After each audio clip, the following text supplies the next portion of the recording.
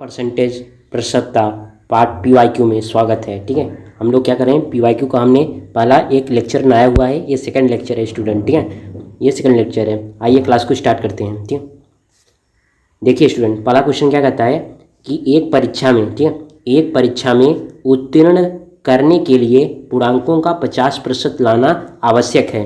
परीक्षा में 2 प्रश्न पत्र शामिल हैं।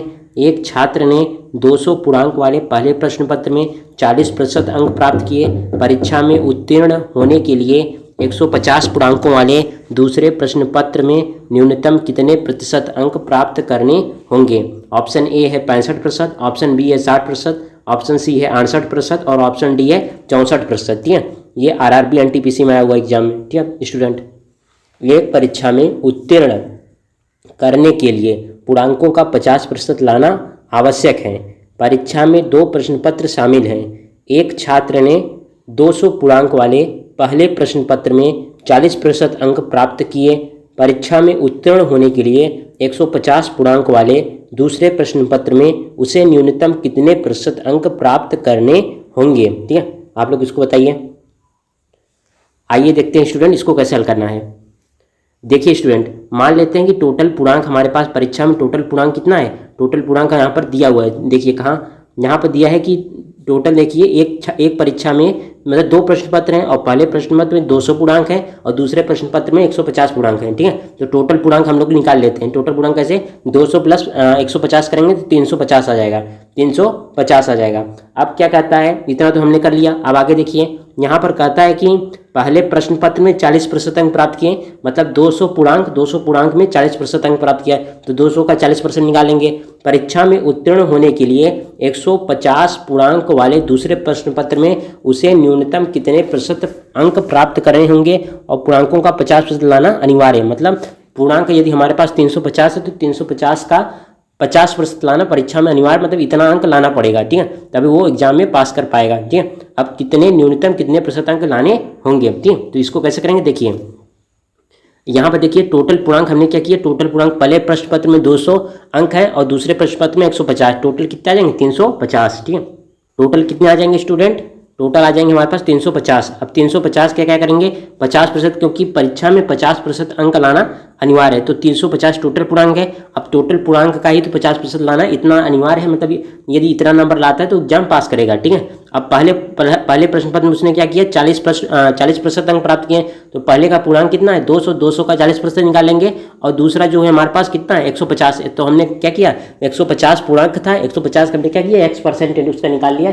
मतलब इसने जो दूसरे हमारे पास प्रश्न पत्र है 150 पूर्णांक में से उसने x% अंक प्राप्त किए, x%। यही x% हमें निकालना है, तो इसको हल कर लेते हैं। देखिए यहाँ पर देखिए स्टूडेंट, यहाँ पर 0 से 0 चला जाएगा, 0 से 0 चला जाएगा। 35 × 5 करेंगे तो 50 25 5 5 3 15 15 और 2 17 175 आ जाएगा। और यहाँ पर इसको 100 से काटेंगे तो ये हमारे पास 2 बढ़ जाएगा और 2 × 40 करेंगे तो हमारे पास 80 आ जाएगा। ठीक है, और प्लस इसको यहाँ पर काट देते हैं। जब 150 में क्या 0 कट गया तो यहाँ 15 आया, तो जब 15 में 10 से डिवाइड करेंगे 1.5 और x प्लस 1.5x आ जाएगा। ठीक है, अब इसको हल कर लेते हैं। तो 175 में जब 80 जाएगा तो कितना आ जाएगा, 95 और 1.5x है। ठीक है, तो x बराबर 95/1.5 आ जाएगा। फिर इसको हल करेंगे तो यहाँ पर देखिए 95, यहाँ पर कितना 1.5 है, तो यहाँ पर कितना है, यहाँ पर 0 आ जाएगा। ठीक है, 0 आ जाएगा। अब इसको हल कर लेते हैं, तो 15 छक्का 90, 15 7 105 हो, 15 छक्का 90 आ जाएगा। तो यहाँ पर 90 जब 95 90 जाएगा तो 5 बचेगा, तो 5 और इसके बाद 0 और आ जाएगा तो 50 हो जाएगा। ठीक है, तो 5 त्रिक का 45, ठीक है, 5 त्रिक का 45, फिर 5 आ जाएगा, तो ऐसे बढ़ता जाएगा। ठीक है, तो यहाँ पर 63.33%, जो कि हमारे पास स्टूडेंट कितना 64% लगभग इतना आंसर आएगा। 64% इस सवाल का सही आंसर हो जाएगा स्टूडेंट। ठीक है, कितना 64% इस सवाल का सही आंसर होना चाहिए। ठीक है, तो यहाँ पर क्या देखिए ऑप्शन डी स्टूडेंट करेक्ट हो जाएगा। 64% इस सवाल का सही आंसर होना चाहिए, ऑप्शन डी। ठीक, आइए हम लोग चलेंगे दूसरे क्वेश्चन पर स्टूडेंट। ठीक है, देखिए दूसरा क्वेश्चन क्या कहता है, एक परीक्षा में मोहित ने पूर्णांकों में से 30% अंक प्राप्त किए। ठीक है, लेकिन 25 अंकों से अनुत्तीर्ण हो गया, लेकिन 25 अंक से क्या हुआ, फेल हो जाता है। एक अन्य छात्र जिसने 38% अंक प्राप्त किए, उसे उत्तीर्ण होने के लिए आवश्यक अंकों से 15 अंक अधिक मिले। उत्तीर्ण होने के लिए आवश्यक अंक प्रतिशत ज्ञात करिए। ठीक है, ये भी आरआरबी एनटीपीसी में हुआ ठीक है। अब यहाँ पर देखिए ऑप्शन ए है 34%, ऑप्शन बी है 35%, ऑप्शन सी है 50% और ऑप्शन डी है 53%। ठीक है। एक परीक्षा में मोहित ने पूर्णांकों में से 30% अंक प्राप्त किए, लेकिन 25 अंकों से अनुत्तीर्ण हो गया, मतलब उसको 25 अंक यदि और दे दे तो वो परीक्षा पास कर जाएगा। और एक अन्य छात्र, मतलब मोहित के अलावा एक अन्य छात्र है जो कि 38% अंक प्राप्त किया और उसे उत्तीर्ण होने के लिए आवश्यक अंक से 15 अंक अधिक मिले। ठीक है। उत्तीर्ण होने के लिए आवश्यक अंक से 15 अंक अधिक मिले। यदि ये जो अन्य छात्र है जिसको 15 अंक कम मिले होते हैं, इसको अधिक मिले हैं, यदि 15 अंक कम मिले होते तब भी वो एग्जाम में पास कर जाता। तो हम क्या करते हैं, मिनिमम निकाल लेते हैं, मिनिमम कितना पास करना हो। ठीक है। क्योंकि जो मिनिमम होगा, मिनिमम नंबर वो सब छात्र को समान होगा। ठीक। परीक्षा में पास करने के लिए जो मिनिमम अंक होगा वो सब छात्र का समान होगा, चाहे वो मोहित है और चाहे अन्य छात्र हो। तो परीक्षा में पास करने के लिए दोनों का समान होगा न्यूनतम अंक, मतलब इतना लाना पड़ेगा। जैसे एग्जाम पर मान के चलिए कि 33.33%, मतलब इतना एग्जाम में पास करना आवश्यक है। ठीक। आइए अब इसको देखते हैं हम कैसे हल करेंगे। ठीक है। आवश्यक अंक प्रतिशत बताना उत्तीर्ण होने के लिए। ठीक है। आइए देखते हैं। देखिए यहाँ पर माना पूर्णांक हमारे पास 100% है। पूर्णांक कितना है, 100%। अब मोहित को पास कराना है और छात्र को भी, जो एक अन्य छात्र है उसको भी पास करना। ठीक है। मिनिमम नंबर से जितना, मतलब जितना मिनिमम से मिनिमम हो सके उतना नंबर उन दोनों को देना है। तो मोहित 30% अंक प्राप्त करता हो, 25 अंकों से क्या हो जाता है, फेल हो जाते हैं। मोहित को 25 अंक और दे दें तो वो पास हो जाएगा।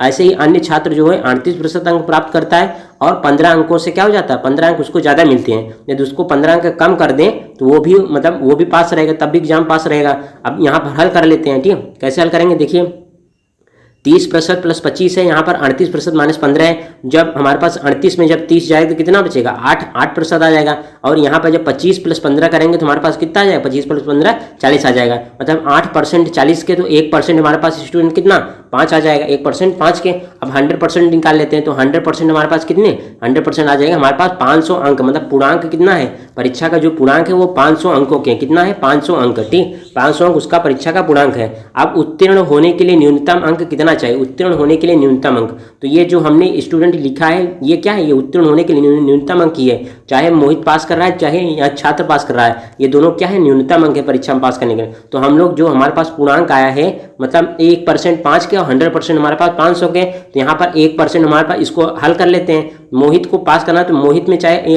रख के हल कर लो या तो छात्र में रख कर इसको हल कर लीजिए। अब देखिए यहाँ पर 30% प्लस 25 है और 1% 5 के, 1% 5 का। अच्छा, यहाँ पर क्वेश्चन हमसे क्या पूछा है, अंक नहीं पूछे, कितने प्रतिशत अंक प्राप्त होने। ठीक है। यहाँ पर उसको अंकों में नहीं पूछे, प्रतिशत में पूछा हुआ। ठीक है। प्रतिशत में कितने उसको अंक कितने मिलेंगे। ठीक है। तो यहाँ पर देखिए जब 1% 5 के, ठीक है, यहाँ पर पहले देख लीजिए, जब 1% स्टूडेंट 5 के तो 1/5। ठीक। जब 1/5 कितने अंक के, 1/5% जो हो जाएगा 1 अंक के, 1% 5 के तो 1/5% 1 अंक के। ठीक। तो हमसे कितना है, हमारे पास है 25। ठीक है। तो 25 अंक कितने प्रतिशत के होगा, इसको पहले हल कर लेते हैं। जब 25 जो हो जाएगा, 25 कितने प्रतिशत के, जब एक अंक जो है 1/5% के है तो 25 अंक कितना आ जाएगा, 1/5 गुणे 25 आ जाएगा। 1/5 गुणे 25, तो यहाँ पर आ जाएगा, जब इसको हल करेंगे तो 5 का नम 5, 5 का नम 5 और ये आ जाएगा 5 आ जाएगा। ठीक। 50 होता है तो 5 बार जाएगा। तो यहाँ पर 5% जो हो जाएगा स्टूडेंट कितना के, 25 के, 5% 25 के, मतलब 25 अंक जो होगा वो 5% के बराबर होगा। 25 अंक 5% के बराबर होगा। अब मोहित ने पास करने के लिए मिनिमम कितना अंक लिया है, 30% प्लस 25, 30% प्लस 25। अब 30%, ये तो प्रतिशत में, इसको नहीं चेंज करो। अब 25 अंक है, अब इस अंक को प्रतिशत में चेंज कर लेते हैं। तो हमने अभी हल किया कि जो हमारे पास 25 अंक जो होता है वो 5% के बराबर होता है। तो 25 अंक की जगह हम लोग क्या लिख सकते हैं, 5% लिख सकते हैं। अब 30 प्लस 5 करेंगे तो 35%। इस सवाल का क्या होना चाहिए, सही आंसर होना है 35 प्लस 30 प्लस 5 करेंगे तो 35% इस सवाल का सही आंसर होना चाहिए। आप लोग इसको अन्य छात्र से भी, क्योंकि इसका भी मिनिमम अंक है, तो आप लोग किसी से हल कर लीजिए, सेम ही आएगा। यहाँ पर 38% माइनस 15 और 15 कितने प्रतिशत का आ जाएगा, जब 25 5 के है, मतलब एक अंक जो है 1/5 के, तो 15 कितना है, 15 3% का आ जाएगा। तो 38% माइनस 3% आएगा। ठीक है। जब 38 में 3 जाएगा तो कितना आ जाएगा, 35%। ठीक है। तब भी 35% आएगा। मतलब आप लोग चाहे मोहित के पास करने वाले न्यूनतम अंक से कर लीजिए, चाहे छात्र के पास करने वाले न्यूनतम अंक से कर लीजिए, दोनों ही बराबर होगा, क्योंकि कोई भी छात्र हो उसको मिनिमम उतना मतलब नंबर लाना पड़ेगा तब वो एग्जाम पास करेगा। मतलब जो मिनिमम अंक होगा वो सभी छात्रों का समान होगा। तो इस सवाल का सही आंसर क्या हो जाएगा? 35%। ठीक है, 35% मतलब ऑप्शन बी स्टूडेंट करेक्ट हो जाएगा। ऑप्शन बी इस सवाल का सही आंसर हो जाएगा। ठीक है, आइए हम लोग चलेंगे अगले क्वेश्चन, क्वेश्चन नंबर 3 पर। ठीक है, देखिए क्वेश्चन नंबर 3 क्या कहता है, एक छात्र ने एक परीक्षा में 65% अंक प्राप्त किए, परंतु ये आहर्ता अंक से 20 अंक कम थे। ठीक है, आहर्ता अंक मतलब जितने अंक लाने थे उससे 20 अंक कम थे। यदि उसको हम 20 अंक और दे दें परीक्षा पास कर जाएगा। दूसरे छात्र ने उसी परीक्षा में 80% अंक प्राप्त किए, ये अंक आहर्ता अंकों से 5% अधिक थे, मतलब उसको 5% यदि कम कर दें तब भी एग्जाम पास कर जाएगा। परीक्षा का पूर्णांक क्या है? परीक्षा का पूर्णांक हमसे पूछा हुआ है। ऑप्शन ए है 400, ऑप्शन बी है 500, ऑप्शन सी है हमारे पास 200 और ऑप्शन डी है हमारे पास 300। ठीक है, आप लोग इसको बताइए। ठीक है, अभी जैसे हमने क्वेश्चन किया है क्वेश्चन नंबर 2 की तरह क्वेश्चन नंबर 3 भी वैसे ही है, मगर यहाँ पर उसमें क्या तो अंकों से खिला था, यहाँ पर हमसे क्वेश्चन में पूछा है कि यहाँ पर 5% अधिक है। ठीक है, यहाँ पर ये 5% हमारे पास दिया हुआ है। ठीक है, जो कि प्रतिशत में वहाँ पर अंक में था। ठीक है, आप लोग इसको बताइए। आइए देखते हैं स्टूडेंट इसको कैसे हल करना है। ठीक है, आइए देखते हैं। देखिए यहाँ पर मानक पूर्णांक हमारे पास 100%, हमने मान लिया कि पूर्णांक 100% है और यही सवाल हमसे पूछा है कि यहाँ पर परीक्षा का पूर्णांक कितना है। मान लीजिए छात्र 1 पास कर रहा है और छात्र 2 दोनों को मिनिमम पास कराने, उनको मिनिमम नंबर देने हैं जिससे वो एग्जाम पास कर जाए, चाहे वो छात्र 1 हो चाहे छात्र 2 हो। तो छात्र 1 को यहाँ पर देखिए, छात्र 1 जो है 65% अंक प्राप्त करता है और 20 अंकों से फेल हो जाता है। तो हम लोग उसको यदि 20 अंक और दे दें तो वो परीक्षा में पास कर जाएगा, वो मिनिमम अंक को प्राप्त करेगा। ठीक, मिनिमम अंक को प्राप्त करेगा। तो 65% और 20 अंक से फेल हो रहे तो 20 अंक और दे देते तो प्लस 20 कर देंगे। और यहाँ पर छात्र जो 2 है, छात्र 2 80% अंक प्राप्त कर रहा है और 5% अंक अधिक लाता है। ठीक है, 5% अंक अधिक लाता है। यदि उसको 5% अंक कम मिले होते हैं तभी वो एग्जाम पास करता है। ठीक, तभी वो एग्जाम मतलब मिनिमम अंक तो वो इतना प्राप्त करता है कि वो एग्जाम पास कर जाता है। तो यहाँ पर कितना आ जाएगा? जब 65% प्लस 20 करेंगे तो यहाँ पर 80% माइनस 30% माइनस 5% करेंगे। जब 65% प्लस 20 हो जाएगा, यहाँ पर जब 80 में 5 जाएंगे कितना आ जाएगा? 80 में 5 जाएगा तो हमारे पास 75% के। तब यहाँ पर देखिए जब हमारे पास 65% प्लस 20 बराबर 75%, तो यहाँ पर जब इसको हल करेंगे तो 10% बराबर 20 आ जाएगा। कैसे? 75% माइनस 65% करेंगे तो जब 75 में 65 जाएगा तो 10% जो हो जाएगा 20 अंक के हो जाएगा। तो यहाँ पर 1% जो हो जाएगा स्टूडेंट 2 अंक के हो जाएगा, 1% 2 अंक के। तो हमसे टोटल कितना है? हमारे पास टोटल पूर्णांक है 100%। ठीक है, जब 1% 2 के तो 100% कितने के? 200 अंक के आ जाएगा। कितने? 200 अंक के। ठीक है, तो इस सवाल का सही आंसर क्या हो जाएगा स्टूडेंट? 200 अंक इस सवाल के सही आंसर हो जाएगा। ठीक है, 200 अंक। ठीक है, तो यहाँ पर ऑप्शन सी स्टूडेंट करेक्ट हो जाएगा। ऑप्शन सी सवाल का सही आंसर हो जाएगा, 200 अंक, जो कि ये एग्जाम में आया हुआ है। ठीक है, आरआरबी एनटीपीसी में आया हुआ एग्जाम में। ठीक है, अब हम लोग क्या करेंगे स्टूडेंट? क्वेश्चन नंबर 4 पे चलेंगे। ठीक है, क्वेश्चन नंबर 4 को देखते हैं आज। ठीक है, देखिए स्टूडेंट क्वेश्चन नंबर 4 क्या कहता है, एक चुनाव में उम्मीदवार ए को कुल मान्य वोटों के 75% के बराबर वोट मिले। यदि कुल वोटों में से 15% वोटों को अमान्य घोषित किया गया, ठीक है, और कुल वोटों की संख्या कितनी? 5,60,000 है, तो ए के पक्ष में पड़ने वाले मान्य वोटों की संख्या ज्ञात करिए। यह भी आरआरबी एनटीपीसी में आया हुआ एग्जाम में। ठीक है, यहाँ पर ऑप्शन ए है 3,55,000, ऑप्शन बी है 3,57,000, ऑप्शन सी है 3,65,000 और ऑप्शन डी है 3,58,000। ठीक है, आप लोग इसको बताइए। आइए देखते हैं स्टूडेंट इसको कैसे हल करना है। ठीक है, आइए देखते हैं इसको कैसे हल करते हैं। ठीक है, देखिए यहाँ पर मान लेते हैं कि उसको कुल वोट जो है हमारे पास क्वेश्चन में दिया होगा कितना? 5,60,000 है। कुल वोट कितना है? 5,60,000। तो हमने क्या माना? कुल वोटों को हमने मान लिया कि 100%। ठीक, कुल वोट कितने हैं? 100%। अब 15% वोट जो है अमान्य है, तो 15% जो 100% में 15% वोट को अमान्य कर देते हैं। तो कैसे करेंगे? 100% माइनस 100% क्या करेंगे? उसमें 15% जो हमारे पास वोट है उसको हम घटा देंगे, तो हमारे पास कितना आ जाएगा? 85%। ठीक है, कितना? 85% आ जाएंगे। अब जो वोट अमान्य थे हमने उसको हटा दिया। अब ये जो मान्य वोट कितना है? मान्य वोट हमारे पास 85% है। ठीक है, मान्य वोट कितने हैं हमारे पास? मान्य वोट हमारे पास 85%। देखो यहाँ फिर से समझिए, कुल वोट हमारे पास कितना है? कुल वोट हमारे पास है 5,60,000। अब 5,60,000 को हमने क्या किया, कुल वोटों को हमने मान लिया कि 100% है, ठीक है, कुल वोट को हमने क्या किया 100% है। अब कहता है कि इसमें जो कुल वोट है उनमें 15% वोट जो है वो अमान्य है, 15% वोट को माना नहीं जाएगा, ठीक है। अब जो 100% है 100% में 15% हमें वोट अमान्य निकल गए, तो बचे कितने, बचे हमारे पास 85%, ठीक है, 85% क्या है, मान्य वोट है, 85% मान्य वोट है। अब ए को मिला वोट, ए को कितना प्रतिशत वोट मिला, ए को मान्य वोटों का 75% अंक मिले, ठीक है, ए को मिले वोट, ए को कितना मिला, ए को मिला है मान्य वोटों का 75%, तो हमारे पास कितना है, हमारे पास मान्य वोट है 85%। अब 85% का हम लोग क्या करेंगे 75% निकाल लेंगे, 85% का हम लोग क्या करेंगे 75% निकाल लेंगे स्टूडेंट, तो कितना, जब इसको हल करेंगे स्टूडेंट हमारे पास 255/4% आएगा, 255/4%, ठीक है।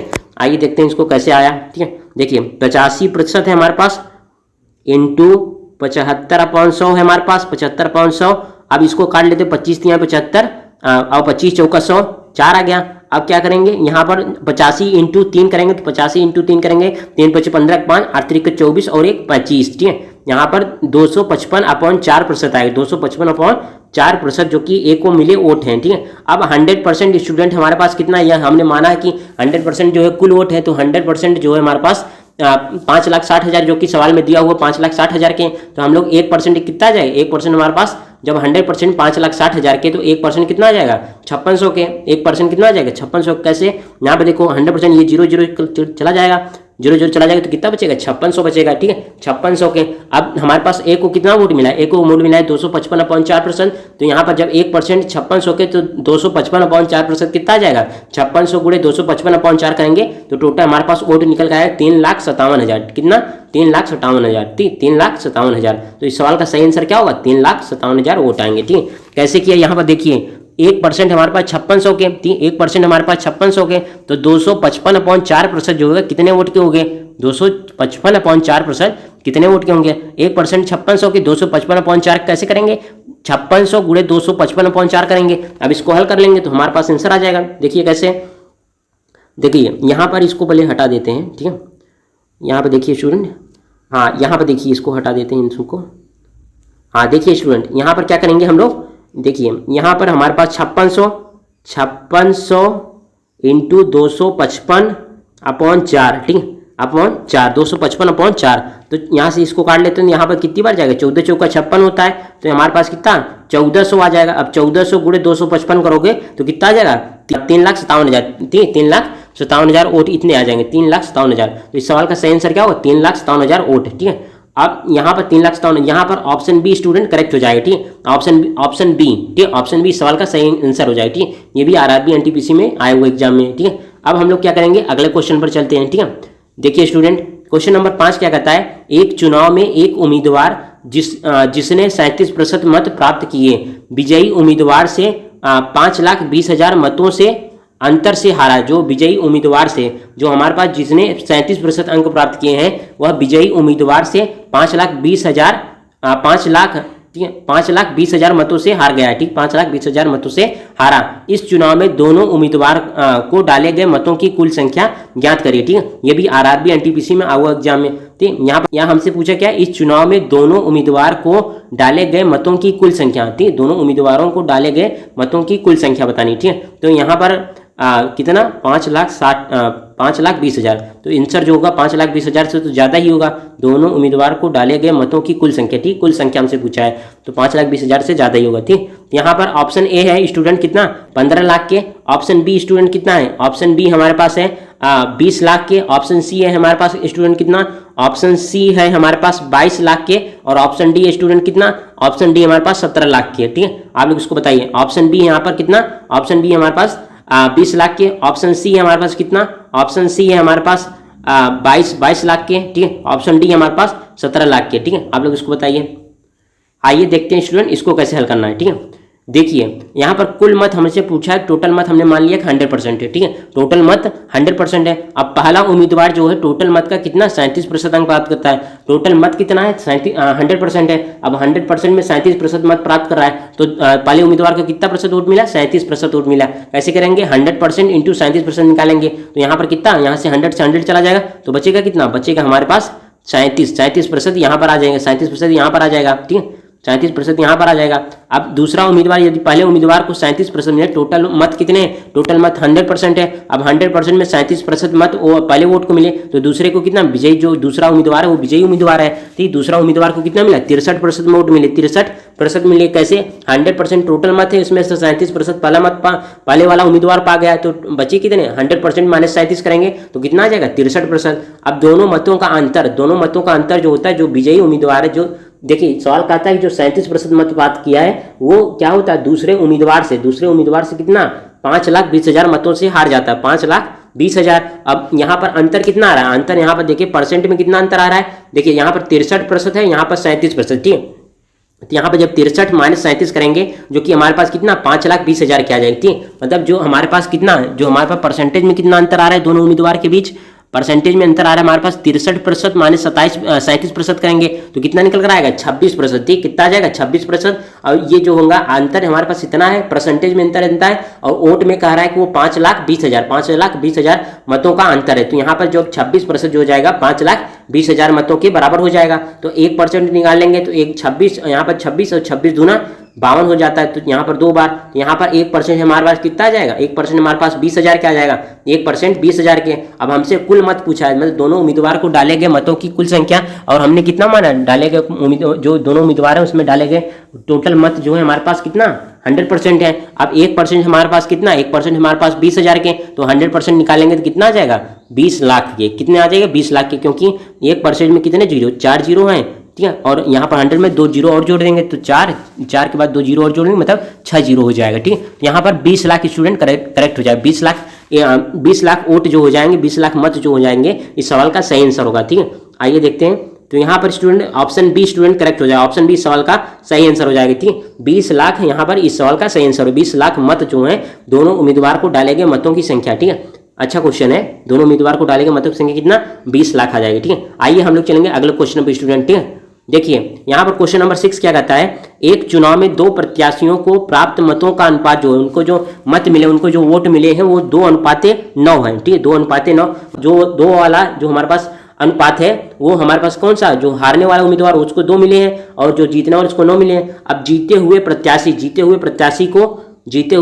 को कितना, यहाँ पर 9,84,321 वोट प्राप्त हुए। जो हमारे पास जीते हुए प्रत्याशी को कितना, 9,84,321 वोट प्राप्त हुए। तो डाली गई कुल वोटों की संख्या हमें बतानी, जो कि आरआरबी एनटीपीसी में आया हुआ है। ठीक है, यहाँ पर ऑप्शन ए हो जाएगा, ऑप्शन ए है कितना, 12,03,059, ऑप्शन बी है 13,02,059, ऑप्शन सी है 13,20,059, ऑप्शन डी है हमारे पास 12,03,059। ठीक है, 12,03,059। ठीक है, आप लोग इसको बताइए। आइए देखते हैं स्टूडेंट इसको कैसे हल करते हैं। ठीक है, एक चुनाव में 2 प्रत्याशियों को प्राप्त मतों का जो अनुपात है, मतलब पहले प्रत्याशी यदि हमने मान लिया कि टोटल कुल वोट कितने 100% है, तो 100% में से प्राप्त मत कितना, पहले को मान चलिए 200 मिले तो दूसरे को 900 मिले। ठीक है, और जीते हुए प्रत्याशी को कितना, इतने वोट से ज्यादा डालेगा। ठीक है, अब डाले गए कुल वोटों की संख्या। ठीक है, आइए स्टूडेंट देखते हैं इसको कैसे हल करते हैं। ठीक है, देखिए कुल वोट हमने मान लिया 100%, कुल वोट कितना है 100% है। ठीक है, अब एक उम्मीदवार को कितना 2:9, ठीक कितना हो रहा है 2:9, कितना 2:9। यदि पहले को यदि 100% में 2 मिल रहे हैं तो दूसरे को यहाँ पर 100% का कितना करेंगे, 100% का 9% निकाल लेंगे। ठीक है, यहाँ पर यदि इसको मान लेते हैं, यहाँ पर 2:9 है तो मान चलिए पहले को कितना मिल रहा है 2% मिल रहे हैं और दूसरे को कितना मिल रहा है 9% मिल रहे हैं। ठीक है, 2:9 को हम लोग ऐसे भी लिख सकते हैं कि 2 यहाँ पर 2% अनुपात 9% भी लिख सकते हैं, 9% भी लिख सकते हैं। यदि पहले हमारे पास जो उम्मीदवार है उसको हमारे पास कितना 2% मिल रहे हैं तो दूसरे उम्मीदवार कितना 9% मिल रहे हैं। ठीक, 9% मिल रहे हैं। अब देखिए यहाँ पर कुल वोट हमारे पास 100% है। अब 100% में 2% जो है हमारे पास एक उम्मीदवार को मिल रहा है, 2% एक उम्मीदवार को मिल रहा है, तो 100% में जो 2% निकालेंगे तो हमारे पास कितना आ जाएगा 2% आ जाएगा। कैसे 100 से 100 चला जाएगा, बचेगा कितना 2% बचेगा। ठीक है, ये 2% जो हो जाएंगे हमारे पास एक उम्मीदवार को मिला। अब जो जीतने वाला प्रत्याशी वो ज्यादा प्रतिशत प्राप्त करेगा तभी तो जीतेगा। तो जब 2% मान के चले 2:9 लिखा है तो 2% और 9% मिले तो एक उम्मीदवार जो 2% जो कम प्रतिशत पाया है वो हारेगा और जो ज़्यादा प्रतिशत पाया वो जीतेगा। ठीक है, ये हमें अपने से लगाना पड़ेगा, ठीक, दिमाग लगाना पड़ेगा कि जो ज़्यादा पाया है वो जीतेगा। अब टोटल 100% में यदि हम 9% कराएंगे तो कितना आ जाएगा, यहाँ पर 9% आएगा।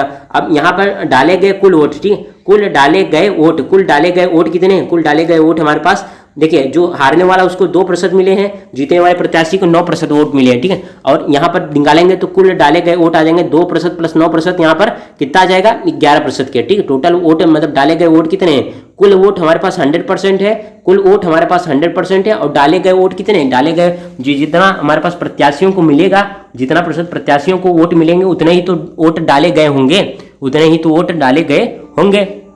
कुल वोट की यहाँ पर बात नहीं की, यहाँ पर सवाल में हमसे पूछा है कि कुल डाले गए मतों की संख्या बतानी है। ठीक है, कुल डाले गए मतों की संख्या मतलब यहाँ पर 11% का हमसे आंसर पूछा है। अब देखिए यहाँ पर जो हमारे पास जीतने वाला प्रत्याशी को कितना मिल रहा है 9%, और सवाल में कहता है कि कितना मिल रहा है 9,84,321। ठीक, मतलब 9% जो हो जाएगा हमारे पास स्टूडेंट कितना 9,84,321 के बराबर। तो 1% हम लोग निकाले, 9% जो है 9,84,321 के, तो 1% जो हो जाएगा 9,84,321 अपॉन 9 करेंगे। अब इसको हल करेंगे तो स्टूडेंट कितना आ जाएगा, यहाँ पर जब इसको हल करेंगे तो हमारे पास आ जाएगा 1,09,369, ये हल करने पर आएगा। अब 11% निकाले थे क्योंकि हमसे सवाल में क्या पूछा है, कुल डाले गए वोट, हमसे कुल वोट नहीं पूछे, डाले गए वोट पूछे हैं। ठीक है, टोटल कितने वोट डाले गए, तो जितना हमारे पास प्रत्याशियों को वोट मिला होगा उतने ही तो वोट डाले गए होंगे। तो जितना प्रत्याशी वोट कितना मिला है, एक को 2% मिला, एक को 9% मिला, तो टोटल इन दोनों को जोड़ लेंगे तो इतने ही तो डाले गए होंगे। तो 2% प्लस 9% करेंगे तो कितना आ जाएगा 11%। 11% वोट डाले गए। तो यहाँ पर 1% हमारे पास कितना है, 1% हमारे पास 1,09,369 आया। तो 11% निकालेंगे तो 11% क्या करेंगे 1,09,369 गुणे 11 कर देंगे। जब इसको हल करेंगे स्टूडेंट कितना आ जाएगा 12,03,059 आ जाएगा। 12,03,059 इस सवाल का सही आंसर हो जाएगा, 12,03,059। ठीक है, तो यहाँ पर 12,03,059। ठीक है, तो यहाँ पर स्टूडेंट क्या हो जाएगा, पहला ऑप्शन यहाँ पर करेक्ट हो जाएगा। ठीक है, ऑप्शन ए इस सवाल का सही आंसर हो जाएगा। ठीक है, और ये क्या है, एक गुड क्वेश्चन है। ठीक, क्या है गुड क्वेश्चन। ठीक है, ये क्या है गुड क्वेश्चन। ठीक है, यहाँ पर ऐसे सवाल आ सकते हैं। ठीक है, डाली गई कुल वोटों की संख्या, यहाँ पर कुल वोट हमसे नहीं पूछे, जितने वोट डाले गए हैं ये पूछा है। ठीक है, टोटल वोट तो 100% है, टोटल वोट तो 100% है, मगर कितने डाले गए 100% तो थोड़ी डाले गए, जितने वोट प्रत्याशियों को मिले हैं उतने ही वोट डाले गए हैं। ठीक है, जितने मत प्रत्याशियों को मिले हैं उतने ही प्रतिशत वोट डाले गए। तो यहाँ पर कुल डाले गए वोट कितने हमारे पास निकल कर आए थे 11%। ठीक है, 11%। ठीक है, जीतने वाले प्रत्याशी को कितना मिला है 9,84,321 मिले। तो जो 9% जो हमारे पास 9,84,321 हो जाएगा। तो डाली गई कुल वोट मतलब 11% पूछा हुआ हमसे। ठीक है, तो यहाँ पर ऐसे हल करना है। ठीक है, यहाँ पर ऑप्शन ए स्टूडेंट करेक्ट हो जाएगा। ठीक है, कितना आया 12,03,069, 12,03,069 यहाँ पर ये हो जाएगा। ये सवाल आप लोग इंपॉर्टेंट लिख लीजिए। ठीक है, अब हम लोग क्या करेंगे अगले क्वेश्चन पर चलते हैं। ठीक है, हम लोग क्या करते हैं अगले क्वेश्चन पर चलते हैं स्टूडेंट। देखिए क्वेश्चन नंबर 7 क्या कहता है, एक शहर की वर्तमान जनसंख्या जो है 17,500 है। पहले वर्ष में जनसंख्या में 12% की कमी आती है, दूसरे वर्ष में 8% की वृद्धि हुई, 2 वर्ष बाद जनसंख्या ज्ञात करिए। ठीक है, कहता है कि एक शहर की वर्तमान जनसंख्या जो है कितना है 17,500 है। ठीक है, पहले वर्ष में जनसंख्या में 12% की कमी आती है, दूसरे वर्ष में 8% की वृद्धि होती है। तो 2 वर्ष बाद जनसंख्या ज्ञात कीजिए। ठीक है, यहाँ पर बाद में पूछा हुआ स्टूडेंट। ठीक है, बाद में पूछा हुआ ऐसे सवाल हमने पहले भी किए, पहले भी जो हमने पार्ट कराया है उसमें हमने सवाल किए हुए ऐसे। ठीक है, बहुत सारे किए हैं। ठीक है, अब यहाँ पर ऑप्शन ए हमारे पास 15,350, ऑप्शन बी 21,320 और यहाँ ऑप्शन सी है 16,632 और ऑप्शन डी 28,500। ठीक है, आप लोग इसको बताइए। देखिए शहर की वर्तमान जनसंख्या कितनी है 17,500 है। तो यहाँ पर हम लोग क्या कर सकते हैं, इसको हम लोग सीधा हल कर सकते हैं। देखिए कैसे 17,500 इंटू पहले में क्या हो रहा, पहले में जब 12% की कमी आ रही तो बचा कितना, बचा हमारे पास 12% की कमी आ गई तो बचा कितना, बचा हमारे पास 100 में जब 12% चला गया तो कितना बचा 88 बचा। तो 88 अपॉन 100 कर लेंगे इंटू। अब दूसरे वर्ष में क्या हो रहा है, यहाँ पर बाद में पूछा है, पहले नहीं पूछा है। ठीक है, बाद में पूछा इसलिए हम लोग कर रहे हैं। यहाँ पर देखिए दूसरे वर्ष में क्या हुआ 8% की वृद्धि, मतलब टोटल पहले 100% था उसमें 8% वृद्धि, मतलब अब 108 अपॉन 100 हो गया, ठीक है, 108 अपॉन 100। अब आप लोग इसको हल कर लीजिए, यहाँ पर आंसर आ जाएगा, ठीक है। यहाँ पर देखिए जीरो, ये जीरो चला जाएगा, ठीक है, और यहाँ पर जिसको 25 काट लेते हैं, यहाँ पर कितनी बार जाएगा, ठीक है, यहाँ पर देखिए, यहाँ पर ये चला जाएगा 25 25 सत्ते, ठीक है, 25 सत्ते जाएगा, यहाँ पर 7 बार आ जाएगा, 25 चौका आ जाएगा, 4 से ये काटेंगे तो ये 22 बार चला जाएगा, ठीक है, 22 बार चला जाएगा। अब यहाँ पर क्या करेंगे, 22 इंटू यहाँ पर 108 कर लेते हैं, तो 108 गुणे 22 कर लेते हैं तो कितना आ जाएगा, 8 दूनी 16, 2 1 6, यहाँ पर 2 1 6 आ जाएगा, यहाँ पर 6 7 3 2, मतलब ये 23 76 गुणे 7 करेंगे, ठीक है, जब 23 76, ठीक, कितना 23 76 गुणे 7 करेंगे, 7 6 42 का ही 2 हासिल लगा 4 7 7 49 49 और 4 कितना आ जाएगा, 49 और 4 9 4 13 3 आ जाएगा, 5 आ जाएगा, 7 3 21 21 और हमारे पास कितना 21 और 5 26 आ जाएगा, 6 हासिल लगा, कितना हासिल लगा 2 आ जाएगा, 7 दूनी 14 14 और 15 1 16, ठीक। तो यहाँ पर आंसर क्या आ जाएगा 16,632, ठीक है। यहाँ पर ऑप्शन सी स्टूडेंट करेक्ट हो जाएगा, ऑप्शन सी सवाल का सही आंसर हो जाएगा, 16,632 सवाल का सही आंसर होना चाहिए, ठीक है। आइए देखते हैं इसको हमने कैसे हल किया स्टूडेंट, ठीक है। अब देखिए, मान लीजिए बाद की जनसंख्या, यहाँ पर हमने फार्मूला बताया हुआ, ठीक है, जो हमने पहले की कक्षा पार्ट में जो किए हैं वहाँ पर हमने फार्मूला बताया हुआ, यहाँ पर हमने फिर लिखा है, ठीक है। बाद की जो जनसंख्या होती है, यहाँ पर देखिए बाद की जनसंख्या बराबर, हमसे सवाल में पूछा है 2 वर्ष बाद पूछा है, यहाँ पर बाद,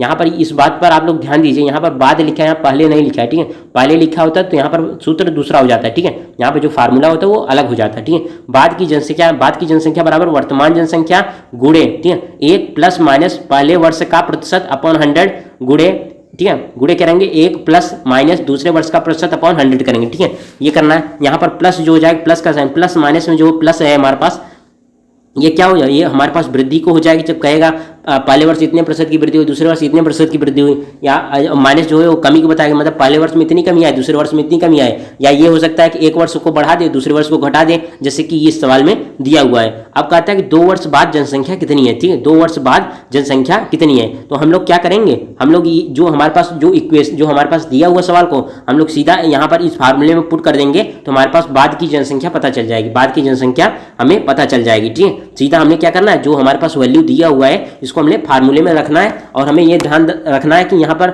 जब वृद्धि का है तो हमें प्लस का साइन लगाना है, जब कमी करा हमें माइनस का साइन लगाना है, ठीक है। अब देखिए यहाँ पर कह रहा है 17,500 है, कितना है 17,500, जो कि उसकी वर्तमान जनसंख्या है, तो वर्तमान जनसंख्या की जगह हम लोग क्या किए 17,500 रख दिए। अब पहले वर्ष में क्या हो रहा है, 12% की कमी आ रही है, 12% की कमी आ रही है, तो इसलिए यहाँ पर हम लोग क्या करेंगे, माइनस करेंगे, ठीक है। प्लस माइनस में हम लोग क्या रखेंगे, माइनस रखेंगे, 1 माइनस पहले वर्ष का प्रतिशत कितना 12 है, तो यहाँ पर 12/100 कर देंगे, इसके बाद गुणे करना है, 1 प्लस माइनस करना है। अब प्लस माइनस में क्या, दूसरे वर्ष 8% की वृद्धि हो रही है, ठीक है, 1 प्लस वृद्धि हो रही है, तो हम लोग क्या करेंगे, प्लस करेंगे, तो यहाँ पर प्लस आ जाएगा, और यहाँ पर दूसरे वर्ष का प्रतिशत कितना 8%, तो यहाँ पर 8/100 कर देंगे, बस इसको हल कर लें, तो हमारे पास 16,632, ठीक है, 16,632 सवाल का सही आंसर हो जाए, जो कि अभी हमने लाइव हल किया, ठीक है। अब देखिए यहाँ पर 16,632 जो कि ऑप्शन सी स्टूडेंट करेक्ट हो जाएगी, ठीक है, ऑप्शन सी यहाँ पर करेक्ट हो जाएगा, ठीक है। अब हम लोग क्या करेंगे, अगले क्वेश्चन पर चलते हैं, क्वेश्चन नंबर 8 पर, ठीक है। अब देखिए क्वेश्चन नंबर 8, यहाँ पर एक गांव की जनसंख्या में 5% प्रतिवर्ष की दर से सतत वृद्धि हो रही है, ठीक है, मतलब हर साल 5% वर्ष से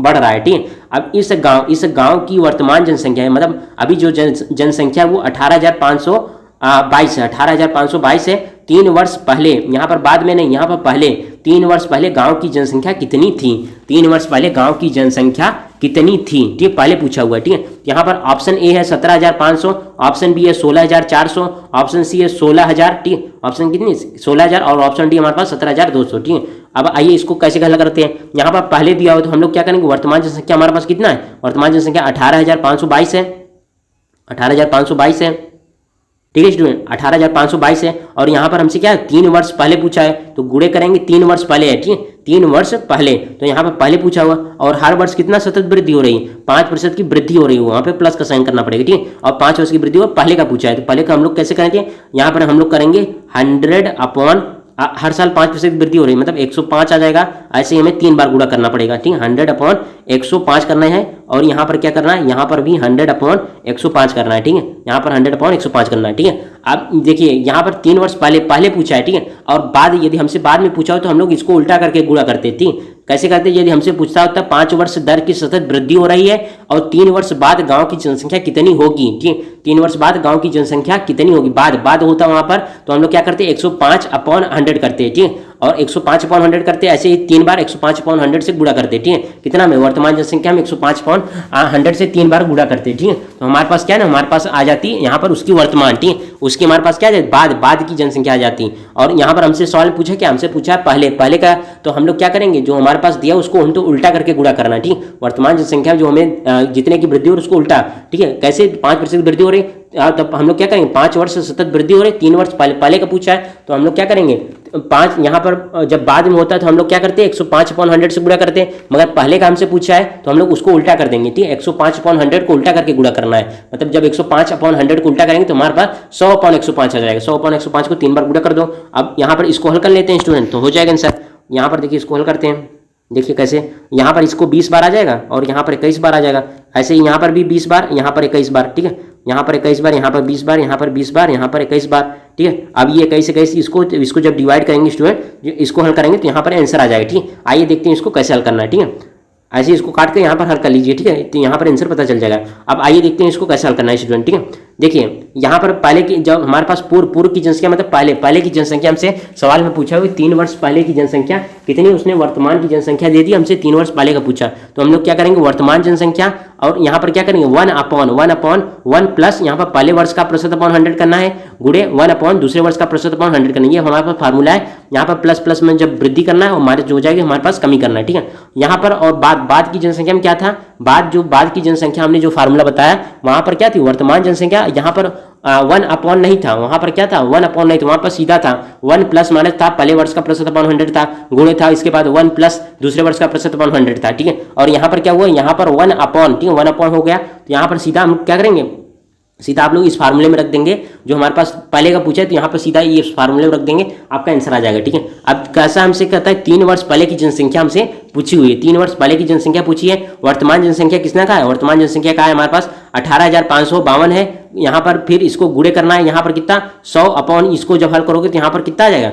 1 प्लस, क्योंकि वृद्धि हर साल 3 प्रतिवर्ष जो हो जाए, और 3 साल तक पूछा हमसे, तो यहाँ पर प्रतिवर्ष 5 वर्ष की वृद्धि होती है, मतलब तीनों बार हमें क्या करना, 5% की वृद्धि हो रही है, मतलब प्लस करना है, ठीक है, +5 करना है। तो यहाँ पर क्या आ जाएगा 1/1 प्लस यहाँ पर पहले वर्ष का कितना वृद्धि हो रही है 5/100, ठीक है, 5/100 आ जाएगा। ऐसे ही दूसरे में कहता है कि यहाँ पर 1 प्लस 5/100 दूसरे में भी आ जाएगा और तीसरे में भी 1 प्लस 5/100 आ जाएगा, ठीक है। अब 18,552 है, गुणे यहाँ पे जब इसको हल करोगे 100/105 100/105 जब इसको हल करोगे तो हमारे पास स्टूडेंट कितना आ जाएगा 16,000 लगभग आ जाएगा। 16,000 लगभग इस सवाल का सही आंसर होगा। 16,000 लगभग इस सवाल का सही आंसर होना चाहिए, ठीक है। 16,000 इस सवाल का सही आंसर होना चाहिए, ठीक है। आप लोग जब इसको हल करोगे 18,552 गुणे 100/105 100/105 100/105 जब इसको हल करोगे तो यहाँ पर कितना आ जाएगा 16,000 लगभग आ जाएगा इस सवाल का सही आंसर, ठीक है। यहाँ पर स्टूडेंट ऑप्शन सी इस सवाल का सही आंसर होना चाहिए, ऑप्शन सी इस सवाल का सही आंसर होना चाहिए, ठीक है। अब हम लोग क्या करेंगे, अब हम लोग चलेंगे अगले क्वेश्चन पर, ठीक है स्टूडेंट,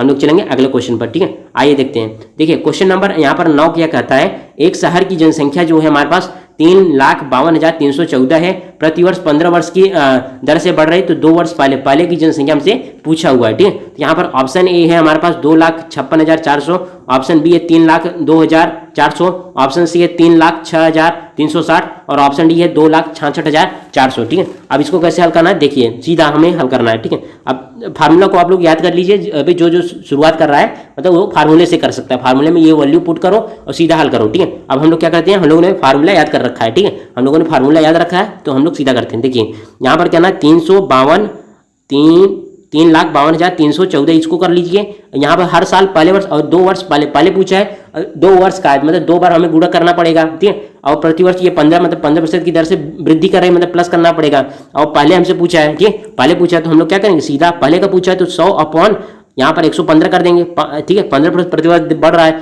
ऐसे ही 2 बार करना है, ठीक है। 100/115 कर देंगे, ठीक है। बस इसको हल कर लेंगे तो हमारे पास आंसर आ जाएगा, ठीक है। इसको हल करना है, यहाँ पर हमारे पास ये आंसर निकल कर आ जाएगा, ठीक है, ये आंसर निकल कर आ जाएगा। अब हम लोग देखते हैं इसको कैसे हल किया है, ठीक है। देखिए स्टूडेंट क्या पूछा है, 2 वर्ष पहले की जनसंख्या पूछा है। यहाँ पर वर्तमान जनसंख्या दिया है 3,52,314 दिया है और हर साल 15 की वृद्धि हो रही है, तो यहाँ पर 15/100 करना है, जैसे हमने फार्मूला लिखा है उसकी तरह हमने हल किया है, ठीक है। यहाँ पर 3,52,314 यहाँ पर 1 प्लस यहाँ पर प्लस करना है, ठीक है, यहाँ पर क्या करना है, हमें प्लस करना है, ठीक है, क्योंकि 15 जो है हर साल 15% की दर से वृद्धि हो रही है जनसंख्या में, ठीक है। और दूसरे में क्या है 1 प्लस दूसरे वर्ष में भी 15% से वृद्धि हो रही है, तो 2 बार पूछे इसलिए 2 बार गुणा करना है, ठीक है। 2 वर्ष पहले पूछा इसलिए 2 बार हमने गुणा किया, ठीक है। और पहले मतलब पहले वर्ष में भी 15% की वृद्धि हुई, दूसरे वर्ष में भी 15% की वृद्धि हुई, ठीक है। बस इसको हल करना है। यहाँ पर 3,52,314 गुणे 100/105, यहाँ पर 100/115, ठीक है। तो हम लोगों ने सीधा जब फार्मूला याद कर लिया हम लोगों ने, तो यहाँ पर हमने सीधा ये वाला हमने क्या किया, ये स्टेप कर दिया। हमने क्या किया, ये वाला हमने फार्मूला वाला स्टेप हमने छोड़ दिया, क्योंकि हमें फार्मूले याद थे, ठीक। फार्मूले याद थे कि फार्मूले क्या याद थे कि जैसे पहले पूछा तो हमें उल्टा करके करना है और बाद में पूछा तो हमें सीधा कर देना है, ठीक है। बाद में पूछा जैसे कि हमसे 5%, यहाँ पर कैसा था, यहाँ पर 15% की वृद्धि हुई। ये सवाल में हमसे पूछता है कि 2 वर्ष बाद जनसंख्या कितनी होती, तो हम लोग क्या करते, 3,52,314 था और बाद में पूछता तो हम लोग सीधा करते हैं 115/100 करते हैं, 115/100 और 2 वर्ष बाद पूछता 2 बार गुणा करना था, ठीक है। 115/100 आ जाएगा, ठीक है। मगर इस सवाल में हमसे क्या पूछा, इस सवाल में हमसे पहले पूछा है, तो पहले में हमें क्या करना, पहले में हमें उल्टा करना है, ठीक है। पहले हमें उल्टा करना है, जो अभी हमने लिखा, हमने क्या किया 115/100 लिखा, तो हमें क्या करना पड़ेगा, पहले वाले में 100/115 करना पड़ेगा, 100/115 को वो भी 2 बार करना है, क्योंकि 2 वर्ष पहले पूछा है, ठीक है। 2 वर्ष पहले पूछा हमसे, ठीक है। यहाँ पर ऐसे हल करना है। जब इसको हल करोगे स्टूडेंट कितना आ जाएगा, यहाँ पर 2,66,400, 2,66,400 इस सवाल का सही आंसर हो जाएगा स्टूडेंट, ठीक है। 2,66,400, ठीक है। ऑप्शन डी स्टूडेंट करेक्ट हो जाएगा, ऑप्शन डी सवाल का सही आंसर हो जाएगा, ठीक है। ऑप्शन डी सवाल का सही आंसर हो जाएगा। अब हम लोग क्या करेंगे, अगले क्वेश्चन पर चलते हैं, ठीक है।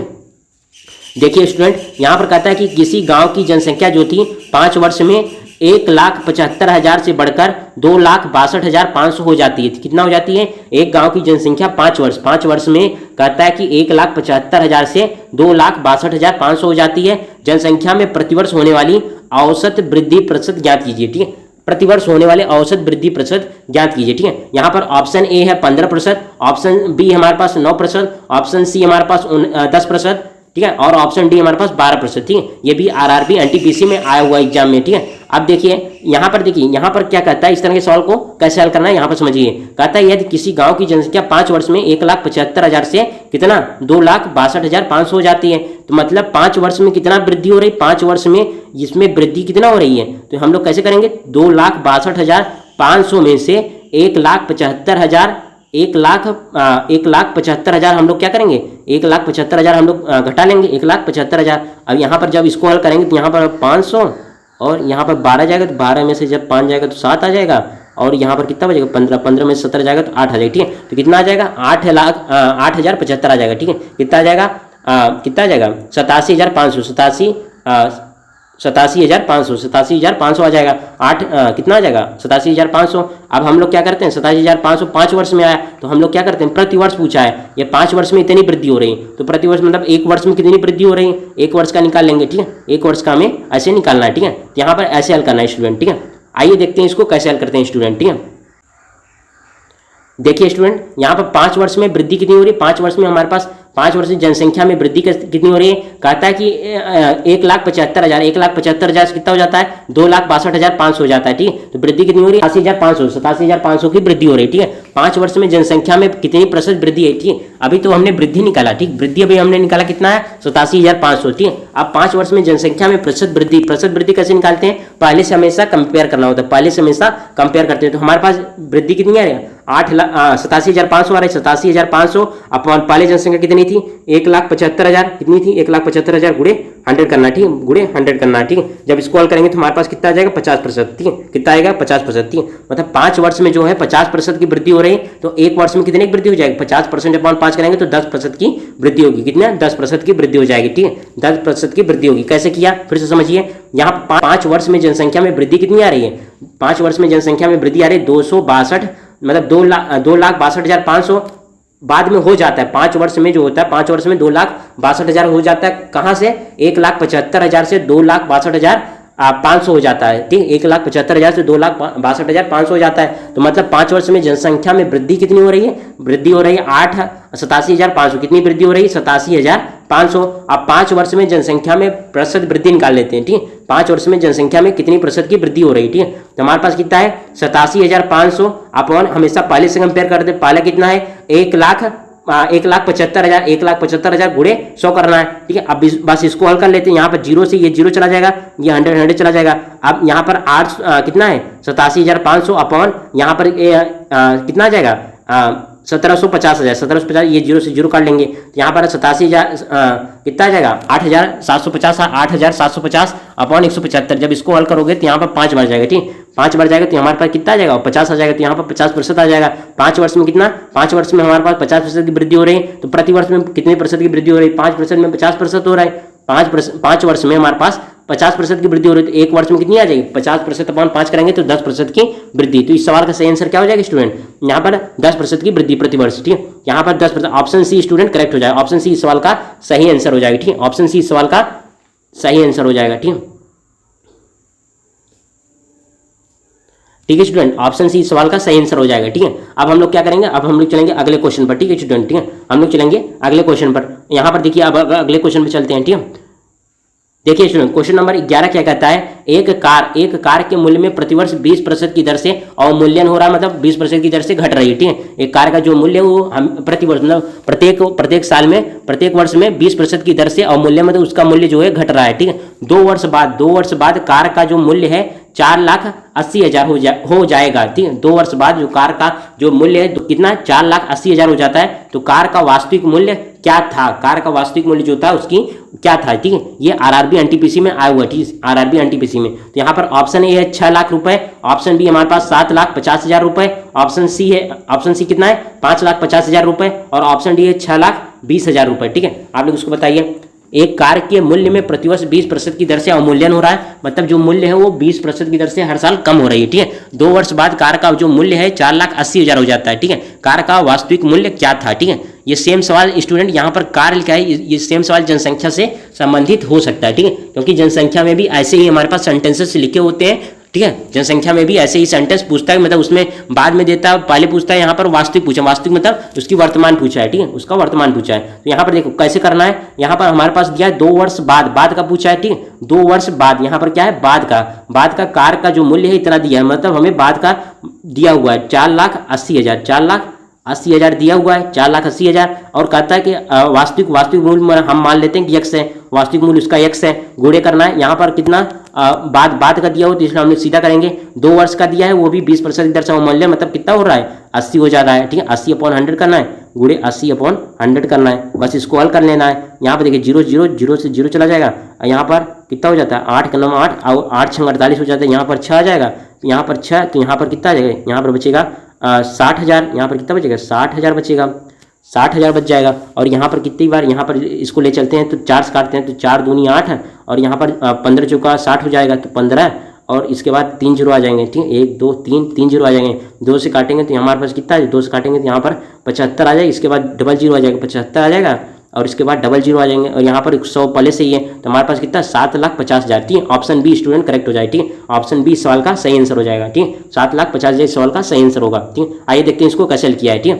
देखिए यहाँ पर 2 वर्ष बाद का जो मूल्य हमारे पास कितना 2 वर्ष बाद का मूल्य पहले जो हमारे पास बाद का मूल्य जो है हमारा कितना दिया 4,80,000 दिया। वास्तविक मूल्य करना है गुणे, ठीक है।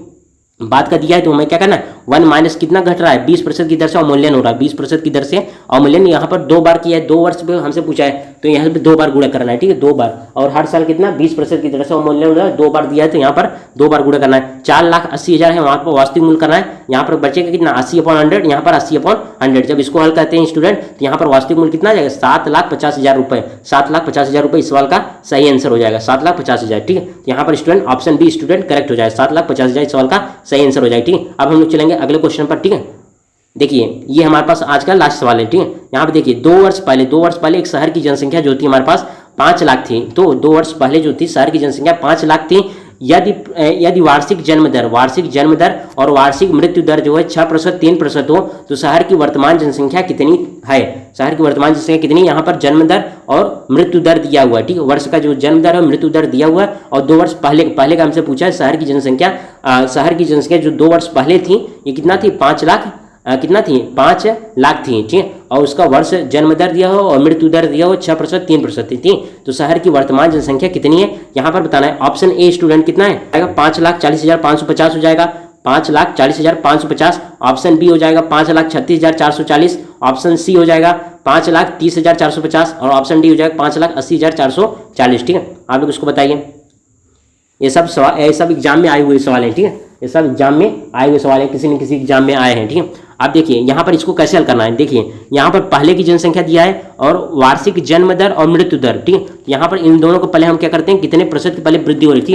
वार्षिक हमें पहले पता होना चाहिए कितने प्रतिशत वृद्धि हो रही है। एक तो हमारे पास जन्म दर दिया है, एक मृत्यु दर दिया है। ठीक है, तो हम लोग निकाल लेते हैं कि वर्ष में कितने प्रतिशत की पहले वृद्धि हो रही है। ठीक है, यहाँ पर क्या करेंगे, जो जन्म दर मतलब उसमें वृद्धि हो रही है, जन्म दर मतलब वृद्धि, और मृत्यु दर मतलब क्या होती है, उसमें कमी, जनसंख्या में कमी आनी चाहिए। तो यहाँ पर निकाल लेते हैं कि टोटल कितने प्रतिशत की वृद्धि या कमी आ रही है। ठीक है, टोटल हम निकाल लेते हैं कि एक वर्ष में कितने प्रतिशत की वृद्धि हो रही है या कितने प्रतिशत की कमी आ रही है। तो जन्म दर हमारे पास स्टूडेंट दिया है 6% और मृत्यु दर दिया है हमारे पास 3%। ठीक है, तो हम लोग क्या करेंगे, 6% माइनस 3% करेंगे। ठीक है, हम निकाल रहे हैं कि नेट में कितने की वृद्धि हो रही है। ठीक है, नेट में कितने प्रतिशत की वृद्धि या कितने प्रतिशत की कमी आ रही है, कितने जनसंख्या में। ठीक है, जनसंख्या में एक वर्ष में कितने मतलब जन्म दर में वृद्धि हो रही है कि कमी, उसका नेट निकाल लेते हैं पहले। तो हमने क्या करें, 6 में से जब 3 जाएगा तो कितना आ जाएगा, 3%। ठीक, ये हमने माइनस क्यों किया, क्योंकि एक में वृद्धि मतलब यहाँ पर एक में प्लस का साइन रखे हैं। ठीक, अब यहाँ प्लस लिखिए या ना लिखिए तो कोई मतलब नहीं है। यहाँ पर क्या किया हमने, प्लस मतलब 6% माइनस 3%। 3% क्यों, क्योंकि कमी आ रही है। ठीक, 3% की मृत्यु दर है तो यहाँ पर कमी हो रही है। तो टोटल यहाँ पर कितने प्रतिशत की वृद्धि हो रही है, हमारे पास